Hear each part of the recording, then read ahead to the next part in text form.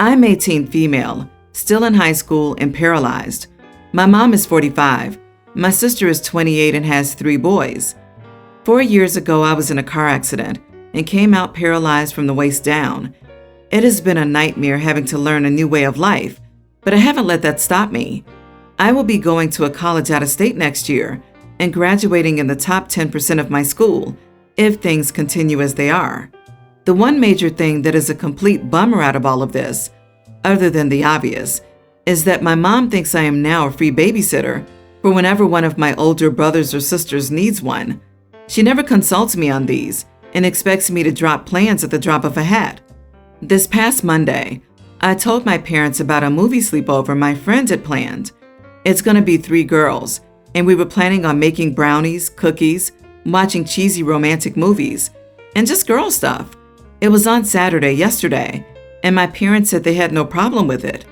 Yesterday arrived and I'm just about to roll out when my mom says my sister is on her way with her 3 boys. Apparently she asked my mom if I could babysit the other day, and she said yes. Didn't even bother telling me about it. I said no because I already had plans. We fought and mom ended up storming off because I wasn't backing down this one time. I took the time and left, turning my phone off when I got into my friend's car. Today when I got home, I got called an immature idiot basically. My sister was left without anyone to watch the kids during her husband's work party, so I went back on my word that I didn't make. Mom told me that I should be grateful she gave me something to look forward to, babysitting, because I have no real social life, being paralyzed. I just went to my room and cried, but now I'm wondering, am I the idiot like they say I am because I refused to babysit and then left my sister in the lurch? Not the idiot. That paralyzed comment was a low blow and unacceptable. I would never babysit again. I've been paralyzed for 21 years, and my social circle is small but tight. I want to have a strong word with your mom. You didn't deserve any of that. I put your foot down and stop. Call CPS if they leave them with you. Use their words against them. Yeah, I found it weird that she said you have no social life, but expected you to drop your social life to babysit. OP, this is awful. They aren't treating you like a person. Your sister can't even be bothered to talk to you about your availability to babysit her kids. She just thinks it's cool for your mom to say yes for you. And I can't say all the words I want to say about your mother, but you do have a social life, clearly, and you have more in your life than just being a babysitter as ordered. That was a truly horrendous thing for her to say. So you keep on with your friends, and you go to college and find people who will appreciate you and treat you with the respect and decency you deserve, because you do deserve better. You are not the idiot, and your family needs a serious reality check as to who you are and what you're capable of. 10 years from now, I see you, in my imagination of course, LOL, being successful at your dream job and having your own fabulous family, or really whatever you choose to do. So don't let up, OP. Go live your dreams. Can your father help you? Surely he won't appreciate that comment from your mother. I wonder if there was a settlement from the accident, and OP's mom is trying to plant the seed that she won't have any friends at college, so she will have to stay home, and mom will have access to the settlement funds instead of using it to pay for college, because there is a reason she was so cruel to her daughter. Update: am I the idiot for refusing to babysit for my sister and leaving her without anyone to watch her kids? I plan to move in with my friend and her family. After mom came in and scolded me again for standing up for myself, I made this choice. She said that because I would originally, when asked a few years back, I had no life and no confidence, so I agreed to babysit a few times.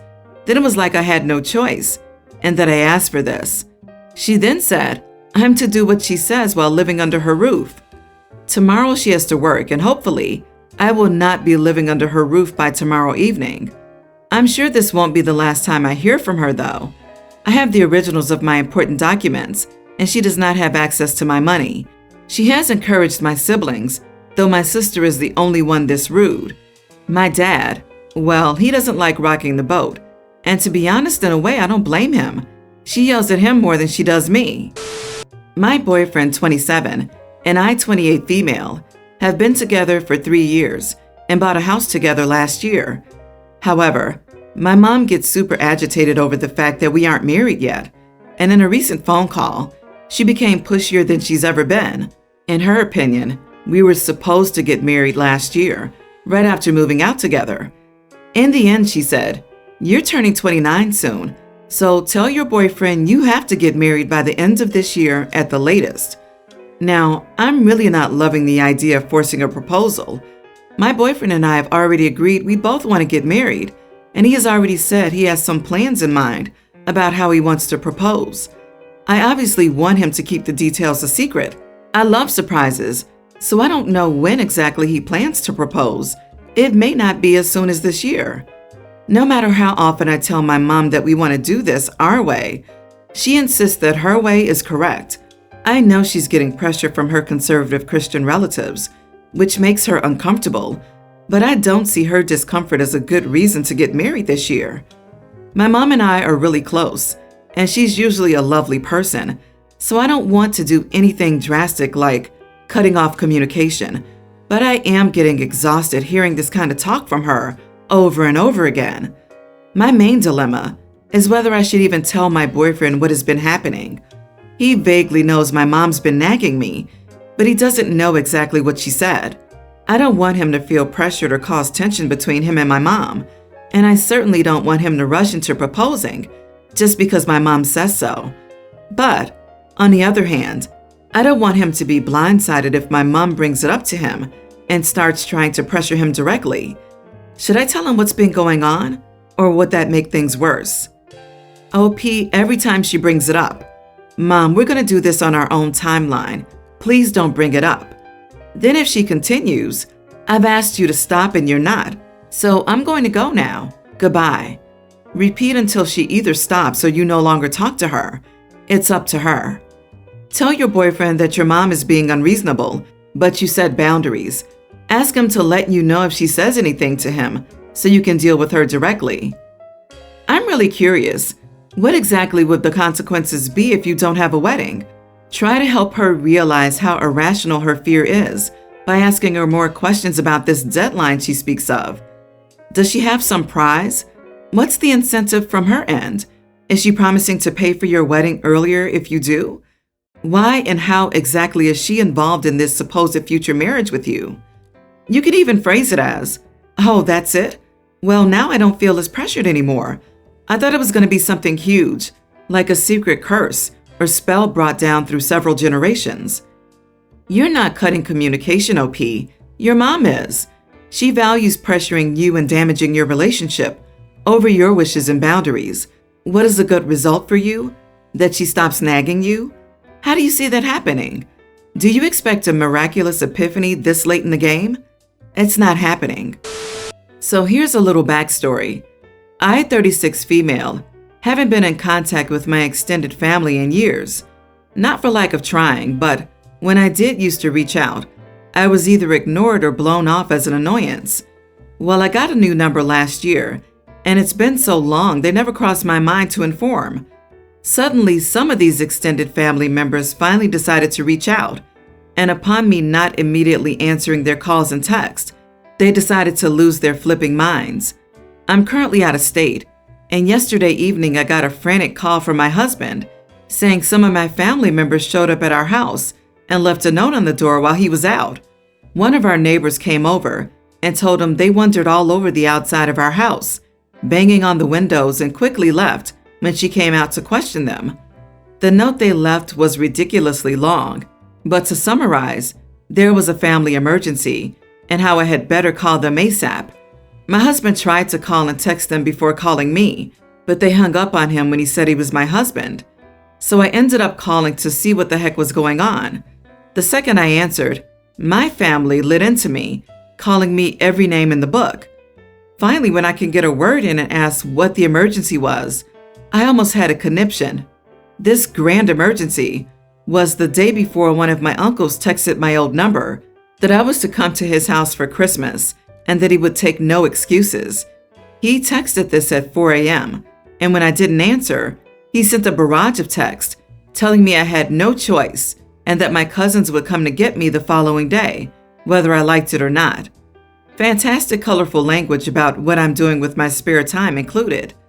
With no immediate answer to that, he called everyone and had them mass call and text my old number because I was being a witch and ignoring them. Well, apparently the person that now has my old number didn't like that everyone in their left sock was blowing up their phone. Apparently they contacted several family members and they would be contacting the police about this harassment. I told them they brought it on themselves because of their extreme overreaction. They tried to talk over me and I cut them off, pointing out their lack of communication for all these years was okay, but no reply from me at the ass crack of the morning is unacceptable apparently. They then told me I was a selfish witch that ruined their Christmas. I ended it soon and called my husband to fill him in on everything. He was understandably angry as well. I plan to call my old number in the morning, apologize to them for the trouble, and possibly get copies of the text to get a restraining order when I return home. I'm so upset and utterly engaged by this behavior from them, and I don't think I am, but I do have to ask, am I the idiot? Not the idiot.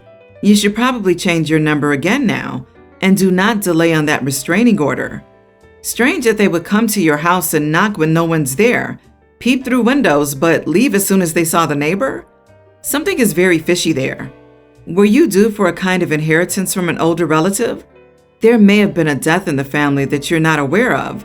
They might be trying to attempt to force you out of it by getting you a loan.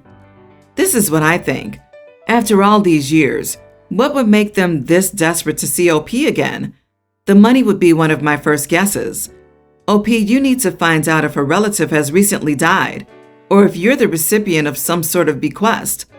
Given all these people's wacko behavior, I can see someone deciding to leave everything to the only sane person in the family. Agree. These people sound kind of unhinged and scary. Change your number again and distance yourself from this crazy for good. I'm guessing they need money or think you have some money that belongs to them. Why else would they contact you out of the blue? Why is it so important for you to be at Christmas when they don't care for the rest of the year? But by now, I would also change my address. I, 27 female, was supposed to marry my ex, Mason, 29 male, on the 20th of this month. But last week, a mutual friend caught him cheating with his ex, Kim, so I called it off. Because it's so close to our wedding date, I had already booked everything like the venue, catering, and everything else. I barely managed to get any money back as it's mostly non-refundable. So in total, I've lost $20,000. Last year, I took out a loan to cover the wedding cost. The longer I take to repay it, the more interest it gets. When we first got engaged, Mason agreed to share our finances together, meaning had we gotten married, I would have been able to pay it off. This was supposed to be in our prenup, but because we didn't get married, it meant he no longer had to share finances. I asked him if he was still willing to help and told him that I would go into debt if he didn't, as I couldn't repay it alone. He told me, "It isn't my problem. You took out a loan you can't pay back," and stopped responding after that. When we got engaged, Mason proposed to me with a family heirloom ring belonging to his great-grandmother worth $25,000.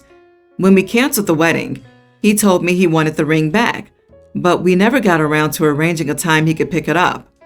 Because I didn't want to go into debt, I told him that if he didn't agree to help me pay it off, I wanted a lawyer involved. I would sell the ring. He didn't reply and ignored the messages. However, after talking to a mutual friend, Jake, I found out he had actually read the messages and told everyone he didn't care because I wouldn't do it.